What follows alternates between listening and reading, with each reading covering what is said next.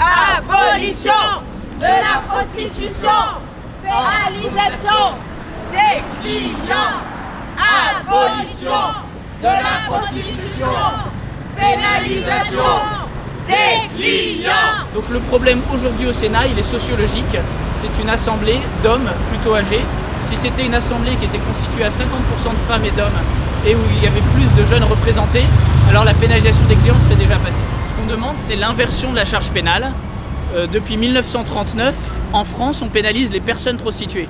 On s'attaque aux personnes prostituées alors que ce sont des victimes d'un système d'exploitation. Un vrai système de protection des personnes prostituées, c'est de dire que les clients n'ont pas tous les droits sur eux et qu'une relation sexuelle, ça ne s'achète pas. Les personnes prostituées nous disent qu'il y a énormément de clients qui tentent de leur imposer un acte sexuel sans préservatif, qui tentent de leur imposer un acte sexuel qu'elles refusent. Et pourquoi ils se permettent ça, les clients? Parce qu'ils ne sont pas punis et qu'elles le sont. Les prostituées, elles disent aussi que de pénaliser les clients, ça raréfie les clients. Et donc, le peu de clients qu'ils ont réussissent à leur imposer ça. Quoi, ce que vous dites. Alors, c'est vrai, pénaliser les clients, ça va raréfier,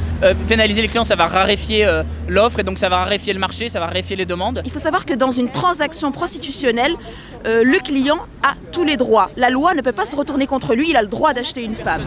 Qu'est-ce qui s'est passé là? Vous pouvez me raconter là, le 14 juin 2014, personne prostituée dans un hôtel de Clichy-la-Garenne, se marie à 32 ans. Tué par un client.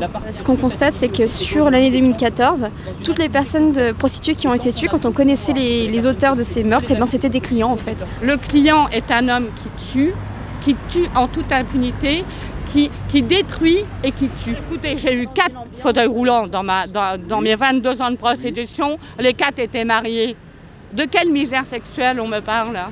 Puis est-ce que vous croyez qu'un acte sexuel non désiré ne tue pas? Est-ce qu'un viol tue à vie sa victime? Et la prostituée, dès qu'elle a une pénétration, le premier client la détruit pour le restant de ses jours. Toutes ces personnes nous disent, si j'avais une option pour m'en sortir, je la saisirais. Mais je n'ai pas d'option.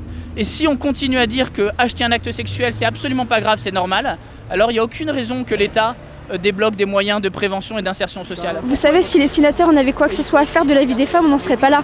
Étant donné la défense qu'ils font de la prostitution, on peut se demander si certains ne sont pas un peu clients aussi. Il faudrait les entendre et il faudrait leur laisser la place de s'exprimer. Mais vous savez, c'est pas les sénateurs qui vont les inviter pour prendre la parole.